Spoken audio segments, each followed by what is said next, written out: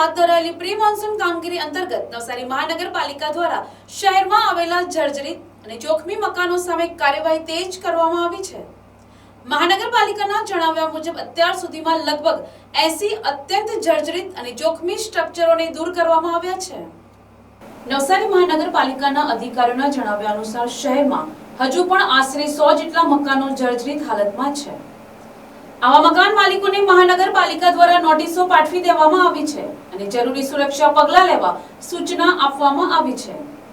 મહાનગરપાલિકાએ ચેતવણી આપી છે કે નોટિસ મળ્યા બાદ પણ જો મકાન માલિકો કોઈ કાર્યવાહી નહીં કરે તો સંબંધિત મકાનોના પાણી અને ગટર જોડાણ કાપી નાખવામાં આવશે।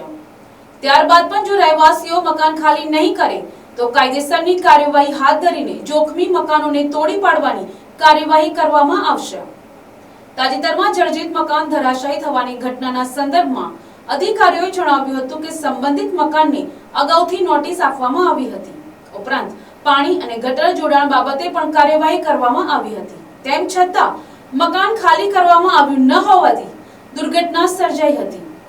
મહાનગરપાલિકાએ સ્પષ્ટ કર્યું છે કે હવે જર્જરિત મકાનોના મુદ્દે વધુ કડક વલણ અપનાવવામાં આવશે અને ટૂંક સમયમાં એક્શન મોડમાં આવી જોખમી મકાનો સામે જરૂરી કાર્યવાહી કરવામાં આવશે જેથી ચોમાસા દરમિયાન કોઈ જાનહાનિ કે દુર્ઘટના ન સર્જાય।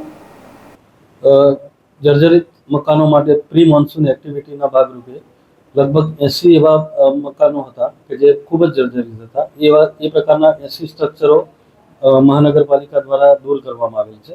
બીજા લગભગ 101 મકાનો એવા છે કે હજી જર્જરિત છે, તેમને આપણે નોટિસ આપી દીધી છે અને નોટિસમાં જો એ લોકો આગળ કોઈ કાર્યવાહી નહીં કરે તો આપણે પાણી અને ગટર જે છે એ આપણે કાપી નાખીશું અને ત્યારબાદ પણ નહીં કરે તો આપણે એ લોકો ઇવેક્યુએટ નહીં થાય તો એના સામે કાર્યવાહી કરી અને મકાનો જે છે બહુ જર્જરિત થશે તો આપણે ઉતારી લેવાની પણ કામગીરી કરીશું।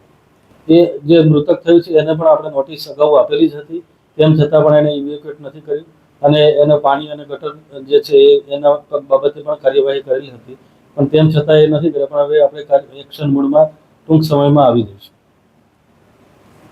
Bureau report NTC news Navsari.